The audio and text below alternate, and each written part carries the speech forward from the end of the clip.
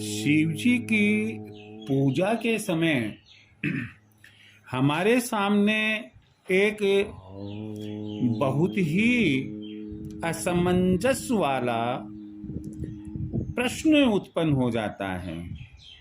और वो प्रश्न ये है कि शिव जी की पूजा में जब हम शिवलिंग पर प्रसाद चढ़ाते हैं तो उस चढ़ाए हुए प्रसाद को हम ग्रहण करें या ग्रहण ना करें। सामान्यतया आपने यही सुना होगा अपने बुजुर्गों से, अपने वरिष्ठ पारिवारिक सदस्यों से, और जो ब्राह्मण शिव मंदिर में रहते हैं, पूजा पाठ करते हैं, उनसे, कि शिवलिंग पर चढ़ाया गया प्रसाद ग्रहण योग्य नहीं होता है। तो आज की इस जेनरेशन के दिमाग में एक बात यह आ सकती है कि आखिर वह क्या कारण है कि भगवान शिव, जो भगवान विष्णु और ब्रह्मा जी से भी बड़े हैं, और उन पर चढ़ाया गया प्रसाद तो हम ग्रहण नहीं कर सकते, जबकि अन्य सभी देवी देवताओं को जो प्रसाद हम चढ़ाते हैं, जिसे हम उच्छिष्ट बोलते हैं, वो ग्राह्य है, ग्रहण करने योग्य है। आखिर ये क्या? तो इसमें एक बात शास्त्रों में उल्लिखित है कि शिवजी के एक गण हुए, मुख्य गण, और उस मुख्य गण का नाम चंडेश्वर रहा। तो ये जो, जिसे संक्षेप में चंड भी कहते हैं, जब शिवलिंग पर प्रसाद चढ़ाया जाता है तो ये मान्यता रहती है शुरू से ही कि उसका भाग चंड, जो मुख्य गण है शिव जी का, जो भूत प्रेत की श्रेणी में भी आता है, जो चंड है, उसको वह भोग जाता है। भगवान शिव के मुख्य गण चंड का भाग हम जो प्रसाद चढ़ाते हैं शिवलिंग पर, वो जाता है। यदि हम वो प्रसाद ग्रहण करते हैं तो यह मानकर चला जाता है कि हमने वो अपवित्र, क्योंकि चंड को हम देवताओं की या भगवान की श्रेणी में नहीं रखते हैं, और उसका जो भाग उसको हमने चढ़ाया, यदि चढ़ाया हुआ भाग हम ग्रहण करते हैं तो वो ग्रहण करने योग्य नहीं माना जाता है। नतीजा है कि हम ये करते हैं कि हमें शिवलिंग पर चढ़ाया हुआ प्रसाद ग्रहण नहीं करना चाहिए, और दुनिया के किसी भी कोने में, छोटे से छोटे गांव से लेकर बड़े से बड़े मेट्रोपॉलिटन सिटी और बड़ी से बड़ी कंट्री में कहीं पर भी शिवलिंग हो, उन पर जो प्रसाद चढ़ाया जाता है वो प्रसाद ग्रहण करने योग्य नहीं होता है। कारण मैंने बताया कि वो प्रसाद का एक भाग चंड, जो मुख्य गण है भगवान शिव के, उसके निमित्त होता है, और उसका भाग हम मनुष्यों के लिए सकारात्मक नहीं होता है। इसलिए हम ये कहते हैं कि शिवलिंग पर चढ़ाया गया प्रसाद ग्रहण करने योग्य नहीं है। लेकिन फिर एक प्रश्न वापस उत्पन्न होता है, और वो प्रश्न ये है कि क्या प्रत्येक प्रकार के शिवलिंग पर चढ़ाया गया प्रसाद ग्रहण करने योग्य नहीं होता है? क्या इसका कोई अपवाद भी है? कहीं विद्वानों ने या ग्रंथों में हमें इस चीज का हवाला मिला है? कहीं संतों ने अपनी संत वाणी में कुछ कहा है? हाँ, इसके अपवाद है। क्या अपवाद है?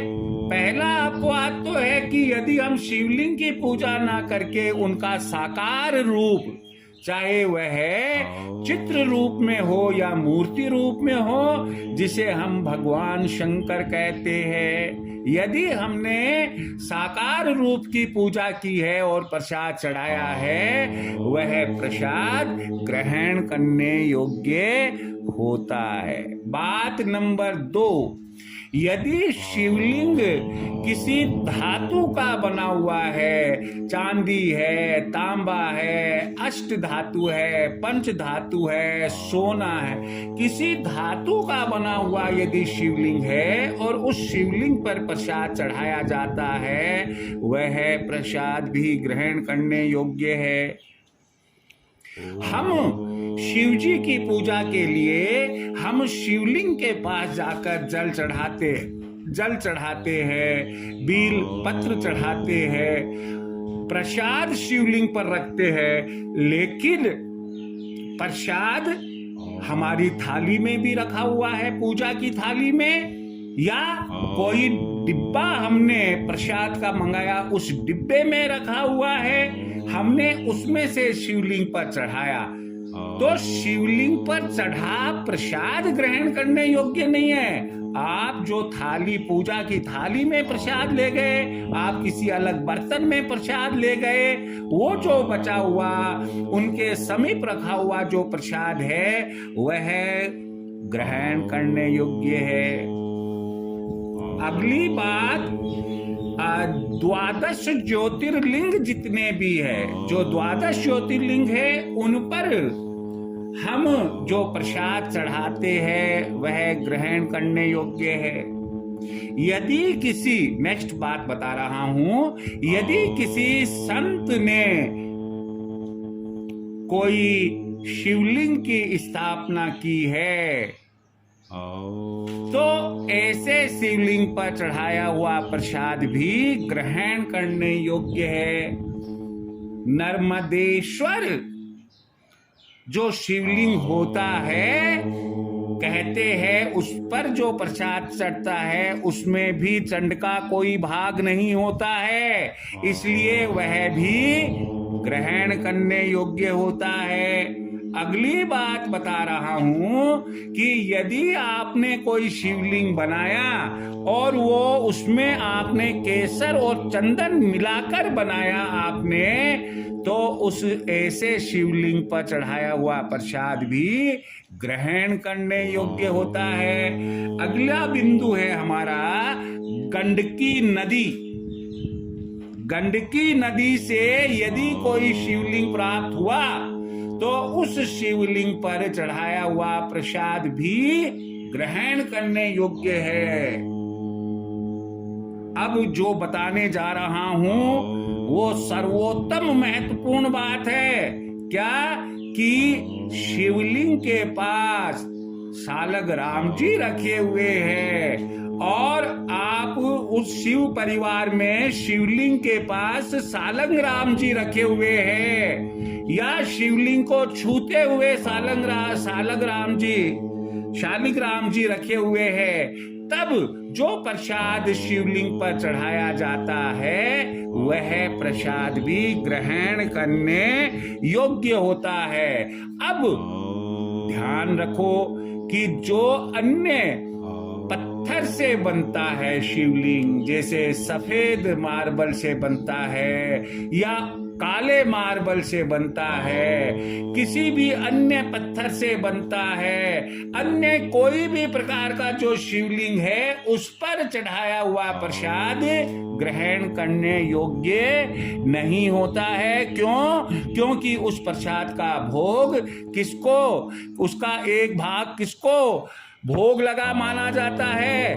चंड जो शिव जी का मुख्य गण है और चंड को जो भाग जाता है, इसलिए शिवलिंग पर चढ़ाया हुआ प्रसाद ग्रहण करने योग्य नहीं होगा। मैंने आपको बताया कैसा शिवलिंग, जो किसी भी पत्थर से बनाया हुआ हो, चाहे वो सफेद संगमरमर का पत्थर हो, काले मार्बल का पत्थर हो, या अन्य किसी तरह से किसी मिट्टी से या और किसी चीज से बनाया हुआ किसी अन्य पत्थर से बनाया हुआ शिवलिंग हो, उस पर चढ़ाया हुआ जो प्रसाद है वो ग्रहण करने योग्य नहीं होगा। इस प्रकार शिवलिंग पर चढ़ाया हुआ प्रसाद कब कब ग्रहण करने योग्य होता है और कब कब ग्रहण करने योग्य नहीं होता है, मैंने आपको अपनी जानकारी दी। अगर आपके कोई अन्यथा विचार हो, आप अवश्य कमेंट बॉक्स में लिखें। Thank you. जय श्री कृष्णा।